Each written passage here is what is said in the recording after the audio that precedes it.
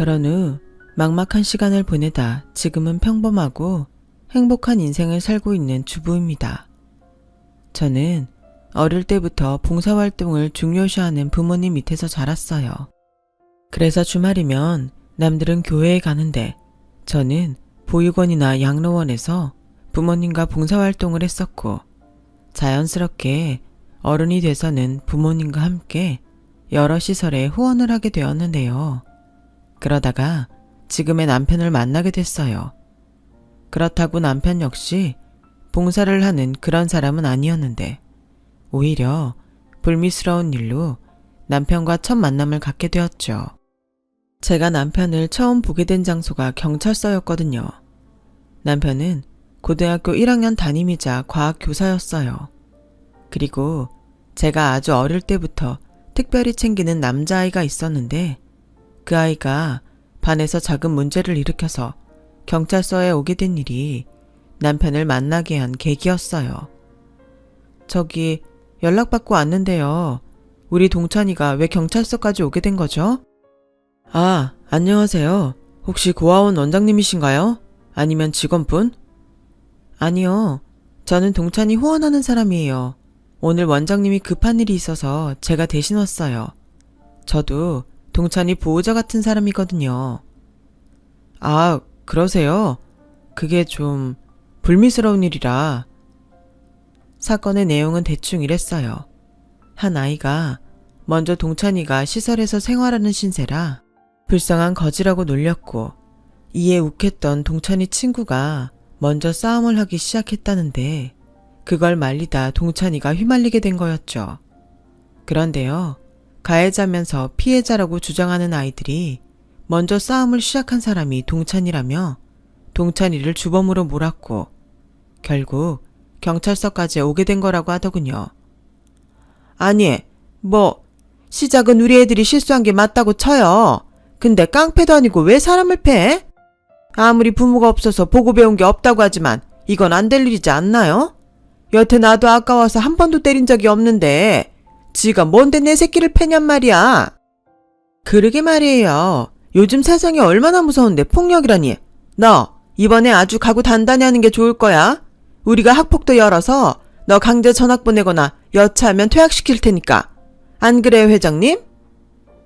그 아이들의 부모는 참 같은 어른이라고 말하기엔 너무나도 인성이 쓰레기 같은 사람이었어요. 그리고 저 역시 혈기왕성한 20대였기에 그런 사람을 보니 참을 수 없었고, 결국 저 역시 폭발하게 되었는데요. 왜 애들 싸움이 어른 싸움 된다고 하잖아요. 딱 그 꼴이었어요. 저기요, 그렇게 말씀하시면 당신들 아이들이 그걸 보고 똑같이 해요. 아까워서 때린 적이 없다고요? 그렇게 귀하게 키워서 애들이 저 모양이네요. 지네들이 뭘 잘못한지도 모르고 뻔뻔하기 짝이 없는 게 딱 당신들 같아요. 부모면 뭐가 옳고 그른지는 가르쳐야 하지 않아요? 그리고 담임인 당신도 마찬가지예요. 고하면 담임도 막 외면하고 그런가요? 반 아이들한테 물어는 보셨어요? 우리 동찬이가 정말 주범인지, 피해자인지는 알아보셨냐고요? 그야 상황이 점점 나빠져서 저도 수습하려다 보니까. 아, 그러세요? 그래서 없는 죄도 막 애한테 뒤집어 씌우나요, 담임이? 자기 반 아이한테? 그 싸움 먼저 시작한 애는 어딨어요? 누나, 그만해. 저는 그만 흥분해서 목소리가 커지고 말았어요. 그러자 잔뜩 주눅이 든 동찬이가 그런 저를 말렸는데, 또 어이없게 그 부모들이 이런 말을 하더군요. 원래 후원하는 사람들이 저렇게 오바를 떠나? 지가 뭔데 이 사장님 손자를 찾아? 우리도 못 건드리는 앤데 지가 어쩌려고? 그때 알았어요. 왜 저 애들이나 저 부모들이 주범을 엉뚱한 우리 동찬이한테 뒤집어 씌우는지. 그래서 저는 더욱 화가 났고, 그야말로 뚜껑이 제대로 열렸는데요. 아, 그래서 이 사장 손자한테는 찍소리를 못해서 만만한 우리 동찬이한테 그런 거였군요. 당신들 이번엔 정말 사람 잘못 골랐어. 저는 기세등등하게 검사로 재직 중인 남동생에게 전화를 걸었어요. 그리고 남동생 역시 저와 똑같이 아이들을 후원하는 입장이라 제가 전화를 걸어 억울한 상황을 얘기하자 피는 못 속인다고 저처럼 흥분을 하더니 경찰서로 날아오듯 도착했죠. 결국 그들에게 꼴 같지 않았지만 사과를 받는 걸로 사건을 마무리했어요. 이런 말 하면 안 되지만 공부 잘한 동생이 좋긴 하더라고요. 하지만 저는 그 부모도 부모지만 담임이었던 남편을 용서할 수 없었고 결국 분을 참지 못해 남편이 근무하는 학교에 정식 항의를 하러 찾아갔는데요. 그러자 교장 선생님이 나서서 오해라며 남편과 둘이 감정을 풀라고 자리를 마련해 주셨는데 동찬이가 자꾸 저를 말렸어요. 누나 그만해. 나 애들한테도 사과 다 받았잖아. 담임선생님도 중간에서 곤란했는데 누나까지 왜 그래? 왜 그러긴 몰라서 물어? 설마 선생님도 모르시는 건 아니죠? 제가 생각하기엔 어떤 아이건 억울한 아이를 더 적극적으로 보호해줘야 하는 거 아닌가요? 담임이라는 사람이 부모가 뭐라고 한다고 질질 끌려다니면 그게 선생인가요? 듣자 하니 말씀이 지나치시네요. 네, 제가 부족한 거 맞습니다. 하지만 그 순간에 저는 어떻게든 동찬이한테 불리하지 않게 노력했어요. 믿을 수 없다면 믿지 않으셔도 됩니다. 저는 떳떳하니까요. 그러니 학교든 교육청이든 하시고 싶으신 대로 하세요. 제가 처벌을 받아야 한다면 그렇게 하겠습니다. 남편은 뭐가 그렇게 당당한지 저한테 오히려 따지듯 그렇게 말하고 자리를 떠났는데 제가 남편의 태도에 당황하고 있으니 동찬이가 제가 알지 못하면서 그런다며 제가 모르던 사실들을 말하기 시작했어요. 우리 담임선생님 좋은 사람이야. 내 상황 알고 먼저 다가오셨고 현장학습 갈 때는 내 도시락까지 직접 싸우시는 분이라고. 그리고 그 경찰서 일도 중간에서 담임선생님이 걔네 부모들한테 아니라고 몇 번이나 설명했어. 누나처럼 막 소리치고 그러진 못했지만 걔네들도 우리 반 애들이니까 담임선생님도 어쩔 수 없었겠지. 게다가 걔네들 부모 학교 운영위원회 아줌마들이야. 누나가 결혼을 안 해서 모르겠지만 학교에서 운영위원회 하는 아줌마들 함부로 못 건드려. 아니, 지들이 운영위원회면 다야? 결국 자기네 애들 편히 봐주려고 그런 걸 하는 거네. 이래서 난 요즘 부모들 진짜 싫어. 아무튼 오늘 학교에 온 건 누나가 오바했어. 괜히 누나는 아무것도 모르면서 일이나 크게 만들고. 야, 그래도 그 말은 좀 서운하다. 내가 괜히 그래? 넌 내 막내 동생이나 다름없다고 했지. 내 동생이 그런 억울한 일을 당했는데 가만히 있을 누나가 어딨냐? 알아, 알지.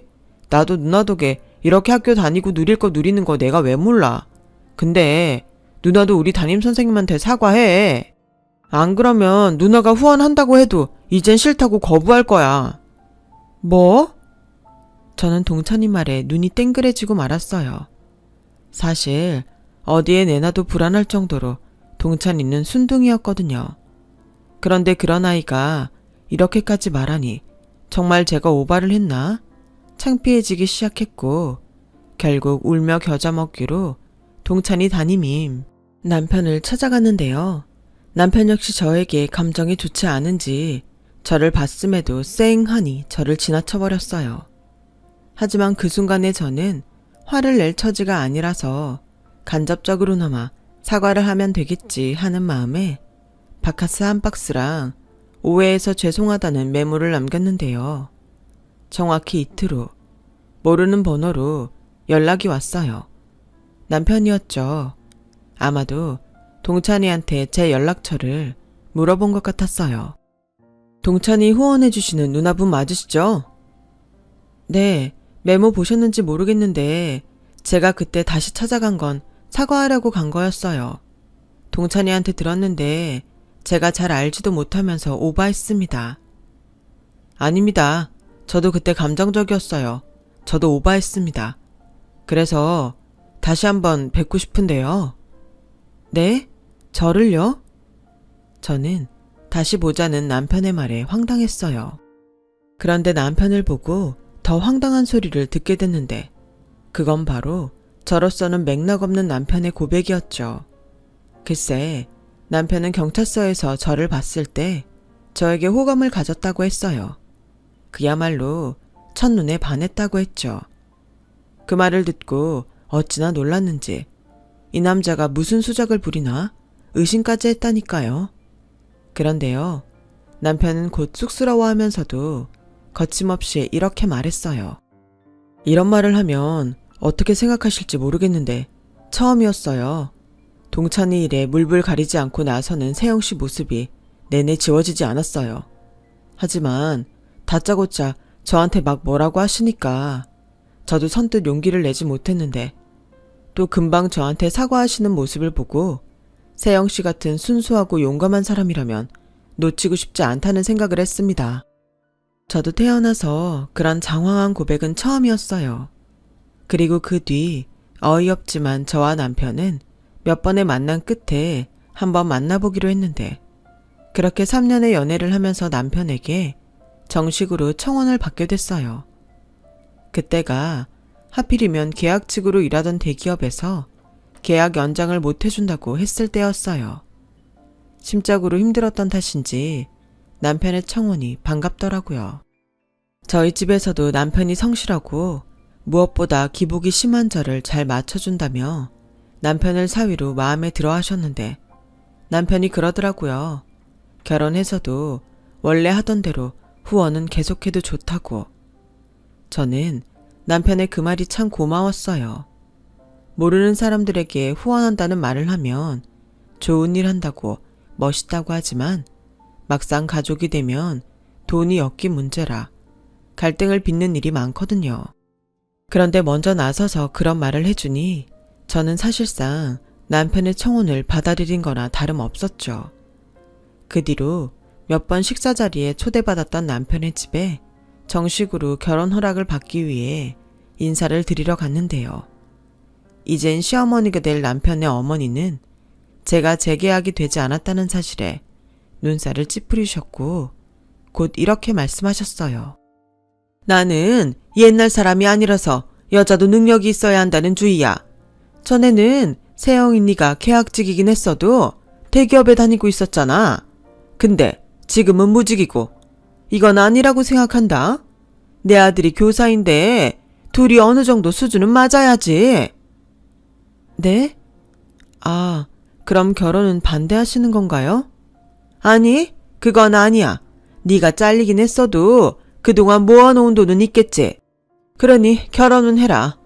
대신 다시 좋은 회사에 취직하라는 말이야. 요즘 맞벌이 안 하는 집이 어딨니? 그리고 이제 한 식구가 될 거니까 하는 말인데 너 한다는 그거 있잖니?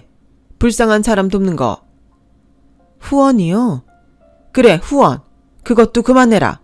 난 세상 그런 돈이 제일 아까워. 물론 그 사람들 불쌍하지. 근데 어쩌니? 그게 그 사람들 팔자인걸. 자기가 노력해서 잘 살 생각을 해야 맞는 거 아니니?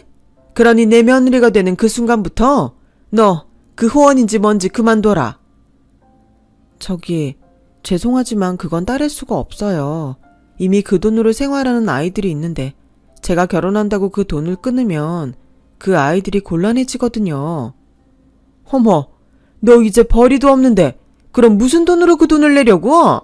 설마 내 아들 돈으로 그 아까운 짓을 하려는 거냐? 아니, 그건 실업급여도 나오고 제가 일을 곧 다시 할 거니까. 됐다. 난 싫다. 그 돈으로 더 잘 살 생각을 해야지. 아무튼 난 내 할 말 다 했다. 그러니 생각해보고 네가 결정해. 저는 그렇게 결혼 전에 위기를 한번 맞았어요. 남편에게 듣기도 했고 몇 번 보지 않았지만 시어머니 되실 분이 심할 정도로 짠순이라는 건 알았는데 이렇게 후원하는 돈까지 아까워하실 줄은 미처 몰랐죠. 그래서 이 일을 어떻게 하면 좋을까? 저는 고민이 깊어졌고 그런 저에게 남편은 뜻밖의 제안을 했어요. 자기야, 분명히 자긴 내켜하지 않겠지만 이번 한 번만 내가 하자는 대로 하자. 뭔데? 설마 어머니 말처럼 후원 그만하라는 소리는 아니지? 자기도 알잖아. 나한테 동찬이 같은 아이들이 10명이나 있는 거. 알지. 자기 그런 뜻 존중해. 멋있다고 생각하고. 그런데 평생 돈돈거리면서 산 우리 엄마 생각을 바꾸는 건 어려워. 그러니까 일단 알겠다고 거짓말하자. 뭐? 싫어할 거 알아. 하지만 이 방법밖에는 없어. 우리가 결혼을 포기할 수는 없잖아. 아니, 그냥 자기가 어머니 설득하면 안 돼? 시도도 안 하고 거짓말을 하자는 거야? 내가 우리 엄마랑 30년 넘게 살았어. 설득? 그런 게 먹힐 사람이면 내가 이런 소리도 안 하지. 우리 엄마가 워낙 태어나서 우리들 키울 때까지 가난하고 힘들게 살아서 그래. 돈이라면 미워 죽겠어도 또 돈이라면 자다가도 벌떡 일어나는 사람이 우리 엄마야. 내가 오죽하면 먼저 자기한테 우리 엄마 짠순이라고 고백까지 했겠어. 근데 이거 하나는 믿어도 돼. 우리 엄마는 돈 문제 말고는 절대 예민하게 구는 거 없어. 그러니까 이번 일만 넘기면 아무 문제 없다는 말이야. 막말로 엄마가 같이 사는 것도 아닌데 자기가 후원을 하던 맞벌이를 하던 우리 엄마가 어떻게 알아? 난 자기가 이젠 일 안 하고 살림만 한다고 해도 찬성이야. 자기 계속 야근하면서 힘들게 일했잖아. 저는 남편의 말에 여간 고민이 되는 게 아니었어요. 남편은 심성도 착하고 저를 참 많이 생각해주는 사람이었거든요. 하지만 평생 거짓말은 나쁜 거라고 생각했던 저는 결혼을 하려면 거짓말을 해야 한다는 것에 마음이 걸렸는데 제 고민을 알게 된 친정엄마가 저에게 해답을 주셨어요. 으휴, 너도 내 딸이지만 참 고지식하다. 한 번만 눈 질끈 감으면 될 일을. 뭐? 다른 사람이면 몰라도 엄마가 그런 소리를 하면 안 되지. 날 이렇게 키운 사람이 누군데? 그래, 그래서 내가 책임지려고 한다. 네가 지금 내는 후원금 엄마랑 아빠가 대신 낼게. 어차피 걔네들 곧 있으면 성인이잖아. 그러니 너는 네 알겠습니다 하고 결혼해. 정말 그래도 돼? 일단은 실업급여도 나오니까 내가 할 수 있는 날까지는 내가 엄마한테 입금할게. 정말 고마워 엄마. 엄마 말 아직 안 끝났어. 대신 니네 시어머니 말씀처럼 아이 갖기 전까지는 엄마도 네가 일을 계속 했으면 좋겠어. 우리 딸 능력 있는데 너무 아깝잖아. 곽서방 뜻은 너무 고맙지만 엄마는 그랬으면 좋겠다. 치, 엄마도 나중엔 시어머니 될 사람이다. 뭐 이런 거야? 벌써부터 우리 어머니 편을 들어? 그런가? 엄마는 그냥 다 이해가 돼서 그래. 얼마나 돈 때문에 힘드셨음 그러시겠니? 사치 부리는 시어머니보다는 자린고비 시어머니가 낫다. 어쨌든 니들 돈 걱정 없이 잘 살았으면 하는 마음에서 그러시는 거잖아. 우리 딸 이제 고민 해결됐으니까 정말 면사포 쓰는 건가? 뭐야, 그렇게 빨리 결혼시키고 싶었던 거였어? 그럼 왜 니들은 다 키워줬는데 결혼들을 안 하니? 엄마도 아빠랑 둘이 오붓하게 좀 살자. 저는 엄마의 말에 한결 가벼워진 마음으로 그렇게 결혼식을 올렸어요. 그리고 남편 말대로 돈 문제 빼고는 시어머니와 심한 갈등을 빚는 일은 없었는데요. 그래도 그 짠순이 본능 때문에 창피한 일은 적지 않게 있었어요. 마트나 시장에서 사은품과 덤에 심각할 정도로 집착하는 것은 기본이고 큰맘 먹고 외식이라도 하는 날엔 당신이 내는 돈이 아닌데도 돈에 비해 음식량이 적다고 수시로 항의를 하시는데 나중엔 외식도 꺼려지게 되더라고요.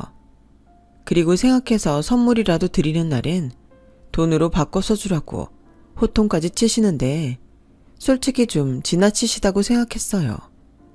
그래서 자연스럽게 저는 시어머니와 거리를 좀 두고 지내려고 했는데 제가 결혼하고 4년이 지난 후 남동생이 결혼을 하면서 저와 시어머니는 본격적으로 갈등을 빚게 되었어요. 시어머니가 저희 동생 결혼식에 본인 지인 20명을 데리고 오시더니 축의금도 없이 무작정 식권을 달라고 큰 소리를 치셨거든요. 아니, 나는 가족이라니까요. 이 집 장녀가 내 며느리예요. 무슨 가족끼리 돈을 내래. 됐고 식권이나 21장 줘요. 아니, 저희는 전달받은 게 없고요. 말씀을 듣자 하니 세영이요 시어머니 되시는 분 같은데 이러시는 건 아닙니다. 함께 오신 저분들은 본인 손님이시잖아요. 아니, 좋은 날 많이들 와서 축하해주면 고마운 일이지? 그깟 몇 푼 가지고 매정하게 이러는 건가요? 사돈한테? 어머니, 무슨 일이세요? 너 잘 왔다. 내가 그동안 신세진 우리 교회 권사님들을 모시고 식사 한번 대접하려고 왔는데 사람을 무슨 거지 취급을 하네. 저분 누구시니? 저희 외삼촌이신데. 근데 어머니, 제가 저기서 듣긴 했는데 축의금도 없이 저 많은 분들을 여기서 대접하신다고요? 왜? 그럼 안 되니?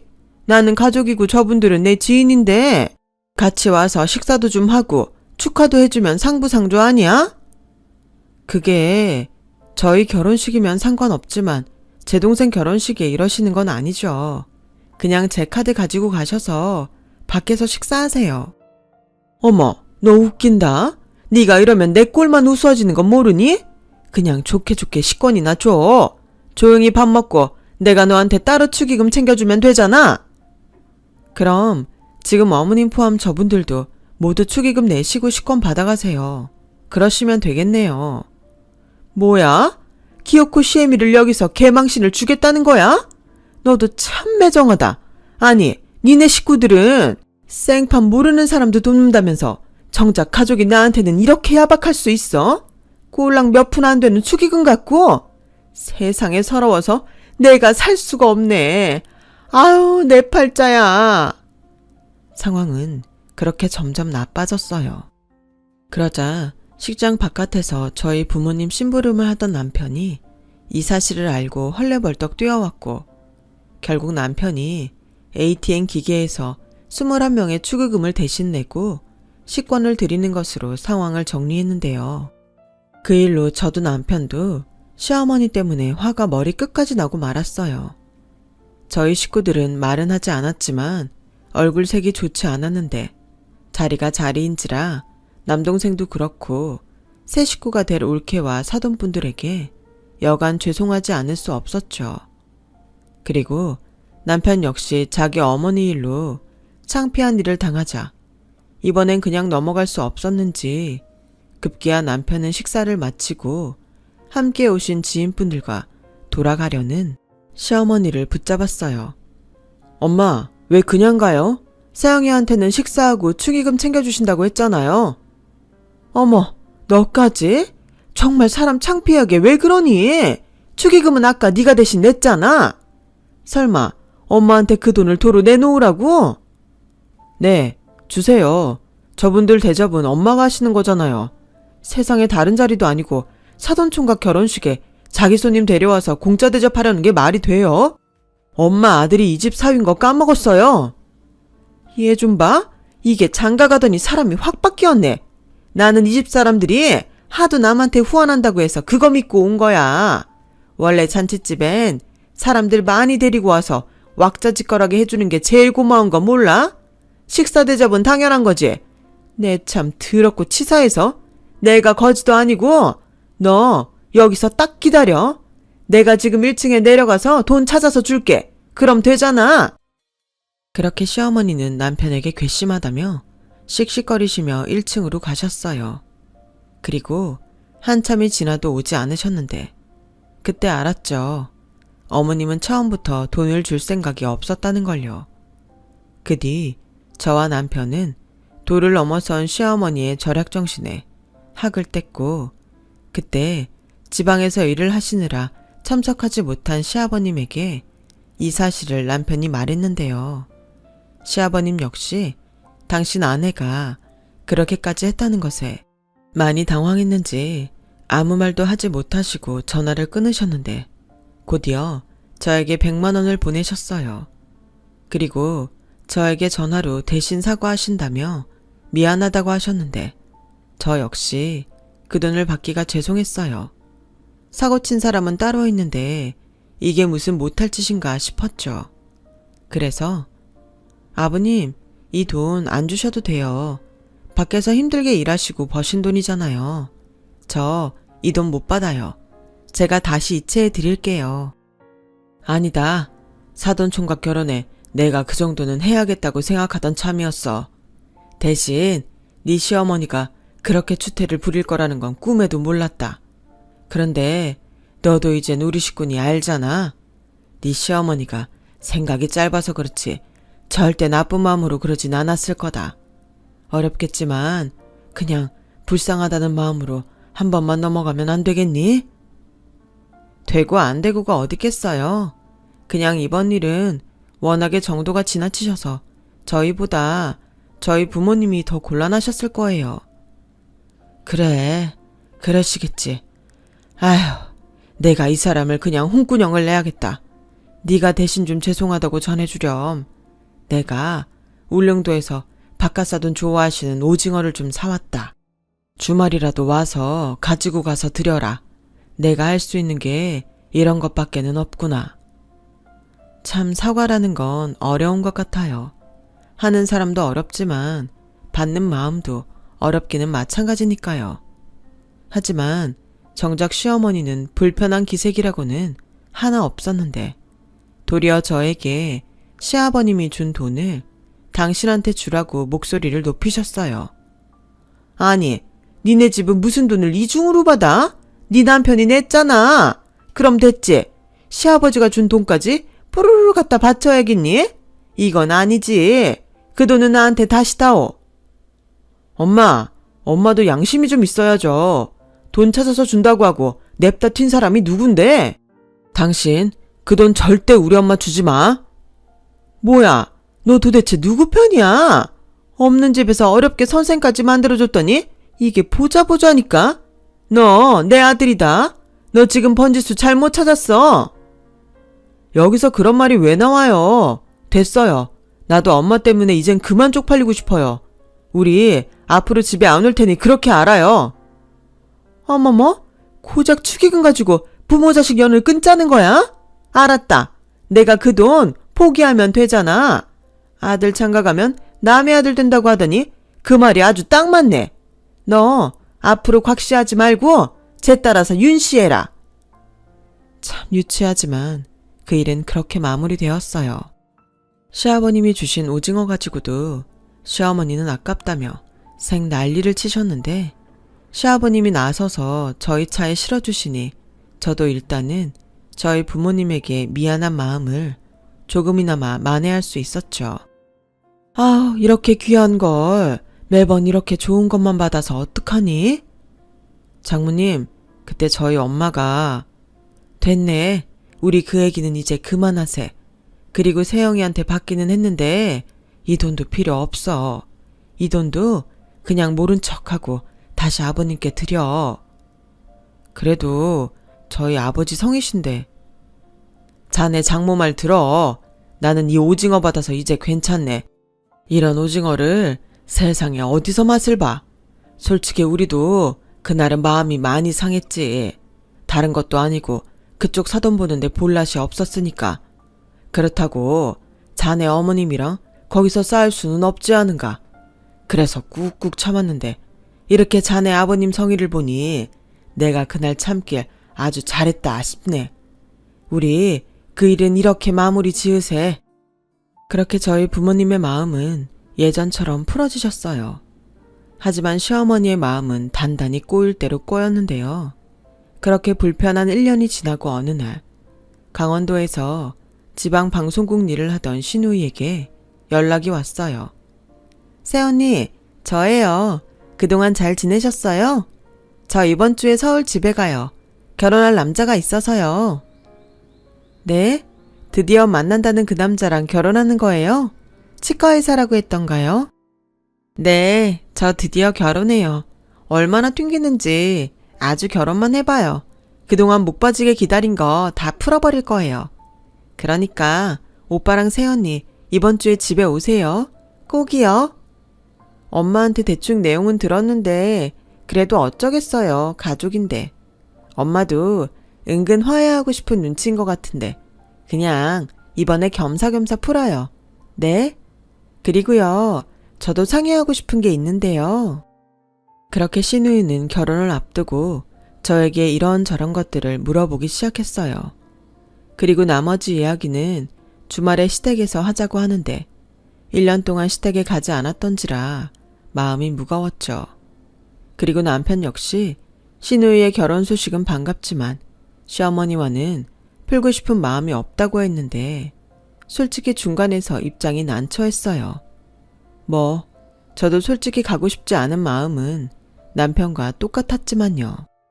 그런데요, 시누이가 시어머니에게 무슨 말을 어떻게 했는지 어느 날 갑자기 제가 회사에서 근무를 하고 있는데 시어머니께서 전화를 해서는 1년이나 지난 제 동생 결혼식에 당신이 했던 행동들에 대해 사과를 하셨고 저는 전혀 예상하지 못한 일이라 당황했는데요. 그래도 쉽지 않은 사과셨을 테니 저는 시어머니의 사과를 받아들이게 됐어요. 안 그래도 이런 관계로 계속 지낼 수는 없는데 시누이 결혼식까지 있으니 난처한 상황이긴 했거든요. 그래서 일단 시어머니와는 어느 정도 화해를 했고 남편은 저러다 또 그럴 거라며 저보다 마음을 풀지 못했지만 3개월 앞으로 나를 잡은 시누이를 생각해 딱 한번 마음을 풀기로 했어요. 그렇게 저희 부부와 시어머니는 화해를 하게 됐고 3개월 뒤 시누이의 결혼식 날이 밝았는데요. 남편은 남편대로 결혼식 진행 때문에 그리고 저는 시누이가 부탁한 일이 있어 아침부터 바빴어요. 그리고 겨우 결혼식장에서 숨을 돌리고 있는데 한복에 혼주 메이크업까지 다 마친 시어머니는 금방이라도 터질 것 같은 빨간 풍선 같은 얼굴로 다짜고짜 저에게 와 화장실로 가자고 하셨어요. 야, 너 지금 나 엿먹이려고 작정한 거지? 네? 그게 무슨... 저 거지 같은 애들은 다 뭐야? 왜 우리랑 아무 상관없는 애들이 10명이나 왔냔 말이야? 가만 보니 네가 지금 나한테 똑같이 복수를 하려고 그러나 본데 너 도대체 언제까지 우려먹을래? 내가 미안하다고 했잖아. 그리고 너 후원인지 뭔지 그만뒀다고 하지 않았어? 이게 가만 보니까 아주 나를 만만하게 봤구나. 어머니, 그게 아니고요. 아니긴 뭐가 아니야. 당장 쟤네들 내쫓아라. 여기가 무슨 무료 급식소인 줄 알아? 여기 음식이 1인당 얼만지 알아? 네 동생 결혼식보다 훨씬 고급이라고. 어디 재수없게 저런 부모도 없는 것들한테 그런 고급 음식을 먹이려고 들어. 너 솔직히 말해봐. 너 내 딸이 의사랑 결혼해서 배 아프냐? 네? 어머니, 무슨 그런 말씀을 하세요. 그리고 거지 같다뇨. 아무리 식대가 비싸도 그렇지 그게 어른으로서 하실 말씀이세요? 뭐야? 너 지금 시엠이 가르치냐? 좋다. 네가 못하면 내가 아마. 내 딸 결혼식 망칠 생각이라면 너 꿈도 꾸지 마. 내 당장 저것들을 싹 다 내쫓아버릴 거야. 그렇게 시어머니는 팔까지 걷어붙이고 화장실을 나가셨어요. 저는 행여 아이들이 마음 상하는 일이 발생할까 재빨리 시어머니의 뒤를 쫓았는데 무슨 걸음이 그렇게 빠르신지 이미 아이들한테 삿대질까지 하시며 고래고래 나가라며 갖은 면박을 주시고 계셨어요. 그러니 시어머니 목소리 때문에 결혼식장은 술렁거렸고 서둘러 남편이 수습을 하려 나섰는데 남편 역시 좋은 소리가 나가지 않자 급기야 시어머니와 남편은 많은 사람들이 보고 있음에도 다투기 시작했어요. 아니, 엄마라는 사람은 어떻게 변하질 않아요. 얘네들 여기 다 축의금 내고 들어온 아이들이에요. 똑같은 손님이라고요. 뭐? 무슨 말 같지 않은 소리야. 얘네들이 무슨 돈이 있어? 매제가 세영이네 가족이 후원을 한다고 하니까 관심 있다고 아이들 초대한 거라고요. 아이들 앞으로 저희 쪽에 10만 원씩 축의금도 냈어요. 엄마는 알지도 못하면서. 뭐야? 10만 원씩이나 냈어? 장모님, 형님 말씀이 맞아요. 제가 먼저 혜진이한테 부탁해서 아이들 초대한 건데. 그래? 나는 몰랐지. 아니, 우리 김서방은 어떻게 그런 생각을 다 했어? 인품이 아주 훌륭하네. 저는 저한테는 세상 아깝다며 뭐라고 하시더니 의사사위 앞에서 꼼짝도 못하는 시어머니를 보고 더 이상 화를 참을 수 없었어요. 그래서 아이들을 불러 나가자고 했고 신부 대기실에 있던 시누이까지 나와 미안하다고 사과를 하는 지경에 이르렀는데 그때였어요. 어떤 아주머니가 저돌적으로 달려오더니 그 뒤로 냅다 시어머니의 머리채를 잡았는데 그 뒤에 하는 말이 정말 놀라지 않을 수가 없었죠. 이 사기꾼 같은 년아, 네가 감히 내 돈을 갖고 장난을 쳐? 그래놓고 지는 이렇게 비싼 데서 자식 결혼식을 올린다고. 너 아주 잘 걸렸다. 아니 누구세요? 누구신데 저한테 이러시는 거예요? 사람 잘못 보셨어요. 잘못 보긴? 네 년이 5개월 전에 재개발한다고 투자하라고 사람들 모으고 돌아다녔잖아. 내가 그 땅에 전 재산을 넣었어. 아니, 그 땅이 왜요? 그 땅 재개발 확실하다고 했는데? 이런 알지도 못하는 무식한 년을 봤나? 거기 그린벨트로 묶인 땅이야. 개발이라고는 꿈도 못 꾸는 땅이라고. 아니에요. 이번에 그 그린벨트가 풀린다고 장 선생님이 그러셨는데. 그래서 나도 대출에 사채까지 받아서 10억을 넣었는데 무슨 말이에요? 뭐야, 사기꾼인 줄 알았더니 나보다 더 털린 거야? 그래놓고 사람들 불러 모아 다 같이 사기당하자고 소개하고 다녔어? 소개하면 소개비를 준다고 하길래. 아줌마, 지금 여기로 사람들 죄다 몰려오고 있어. 자식 결혼? 웃기고 있네. 여기서 아줌마 초상 치르게 생겼다고. 뭘 알고나 있어? 뭐라고요? 아니, 나도 피해자인데, 여보. 순간 시어머니는 다급해져서 시아버님을 찾으셨어요. 하지만 시아버님의 얼굴은 차갑게 굳어 있었고 잘은 모르지만 이런 투자를 하다 당한 적이 많으셨는지 시아버님은 물론이고 남편과 시누이까지 표정이 좋지 않았는데요. 당신 미쳤어? 이번엔 사채까지 끌어다가 사기를 당한 거야? 도대체 내가 그 짓 하지 말라고 몇 번을 말해. 내가 당신 빚 갚느라 이 나이 먹도록 지방 다니면서 집에도 못 오고 차에서 쪽잠 자는 거 몰라? 아니, 이번엔 진짜 확실하다고 해서 나도 팔자 한번 고쳐보려고 했지. 일부러 그런 건 아니야. 정말이야. 그러니까 여보, 나 좀 살려줘. 응? 승우 아빠. 시어머니는 나라를 잃은 듯 그렇게 무릎까지 꿇고 시아버님에게 빌었어요. 그때였어요. 시누이의 예비 시부모님이 앞으로 나서더니 예비 매제를 붙들었고 급기야 이 결혼은 무효라는 말을 하기 시작했는데요.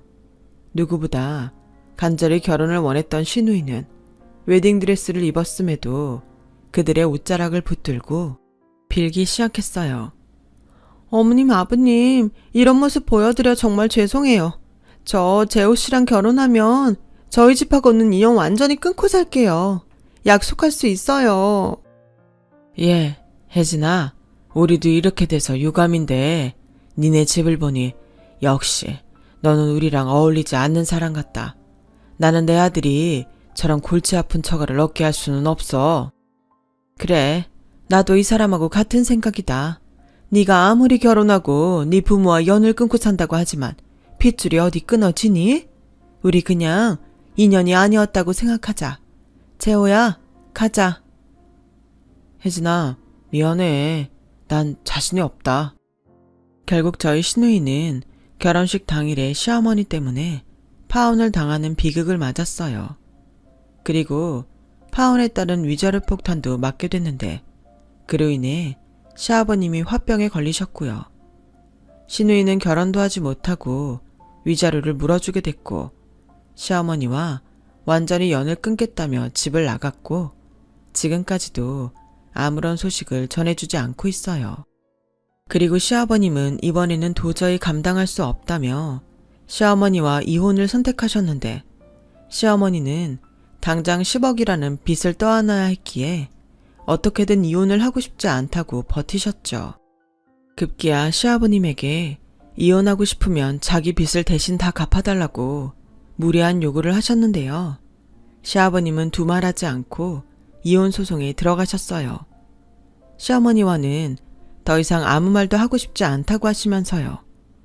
그리고 시어머니의 과실이 워낙에 크다 보니 이혼은 그리 오래 걸리지 않았는데 시어머니는 설상가상으로 위자료까지 떠안게 되어 재산 분할 얘기는 꺼낼 수도 없게 되었죠. 시어머니는 지푸라기라도 잡고 싶은 심정으로 저에게 매달리기 시작했어요. 지금도 그때 하셨던 황당한 말씀들이 아주 생생하게 떠오르네요. 너 나한테 후원한다고 생각하고 내 빚 좀 갚아줘라. 내가 아무리 이혼했어도 네 시어머니라는 사실은 변하지 않잖아. 뭐라고요? 아직 정신 못 차리셨어요? 제가 왜 어머니 빚을 갚아요? 너 불쌍한 사람 돕는 거 좋아하잖아. 아니다. 니네 식구들 전부 나한테 후원 좀 해달라고 해라. 지금 나만큼 불쌍한 사람이 또 어딨니? 난 그저 잘 살아보겠다고 아등바등 한 죄밖에 없어. 그렇게 시어머니는 억울하다며 저에게 울며 불며 매달리셨고, 저는 뿌린 대로 걷는 거라며 그런 시어머니의 손을 뿌리쳤는데, 하필이면 저를 데리러 회사 앞까지 온 남편이 그 모습을 보고 말았죠. 그리고 남편은 저조차도 처음 본 환한 얼굴로 112에 신고를 했고, 시어머니는 어떻게 자식이 부모에게 그럴 수 있냐며 화를 내셨지만 경찰이 곧 온다고 하니 무서웠는지 그 자리에서 도망가더라고요. 그날을 끝으로 시어머니는 모습을 감췄어요. 아직도 시어머니에게 사기를 당했다며 시댁이 있는 동네에 사람들이 찾아오는 것 같은데, 아마도 저런 사람들이 있기에 시어머니가 다시 모습을 나타내는 건 불가능하지 않을까 싶어요. 그 후 시아버님은 몸과 마음이 지쳤다며 고향으로 돌아가셨어요. 그곳에서 지금껏 다른 친척분들과 함께 농사를 짓고 계신데요. 워낙 부지런하시고 야무지셔서 농사일도 금방 적응하신 듯 하셨어요. 그래도 그런 시아버님이 너무 마음이 쓰여 남편과 상의 끝에 합가를 하면 어떨까 해서 여쭤보러 시아버님을 찾아갔는데, 시아버님은 이제야 고향에 돌아왔는데 뭘 다시 올라가냐며 싫다고 하셨죠. 그리고 농사를 하며 바쁘게 살다 보니 잡생각이 없어져서 좋다고, 당신은 앞으로 농부로 살고 싶다고 하셨는데, 4년이 지난 올해도 어김없이 도착한 직접 키우신 쌀이며 햇감자 등이 얼마나 달고 맛있는지 모릅니다. 이런 귀한 걸 공짜로 받아먹을 수 있다니 저는 참 행복한 며느리가 아닐 수 없어요. 부디 점점 맛있어지는 농작물처럼 저희 아버님의 마음에도 행복이 깃들길 저는 지금도 간절히 소망합니다. 저는 지금 3살 난 남자아이의 엄마예요. 아이를 낳고 부모의 이름으로 살아보니 매일이 처음 겪는 새로운 날들인데요. 꼭 시어머니가 그래서라기보다 저는 아이에게 좋은 영향을 줄 수 있는 엄마가 되고 싶어요. 이 세상엔 아름다운 것들이 아주 많다는 걸 가르쳐 줄 수 있는 그런 엄마요. 그리고 저희 부모님이 그랬듯 저도 아이와 함께 나눌 수 있는 곳에서 함께 할 수 있는 행복을 꼭 가르치고 싶어요. 지금까지 저희 이야기 들어주셔서 감사합니다. 매일매일 행복하시고 건강하세요. 오늘 하루도 좋은 일만 가득하길 바라겠습니다. 여러분, 사연 댓글에 응원과 현명한 조언 부탁드려요. 좋아요와 구독은 저에게 큰 힘이 됩니다. 오늘도 좋은 일 가득하세요.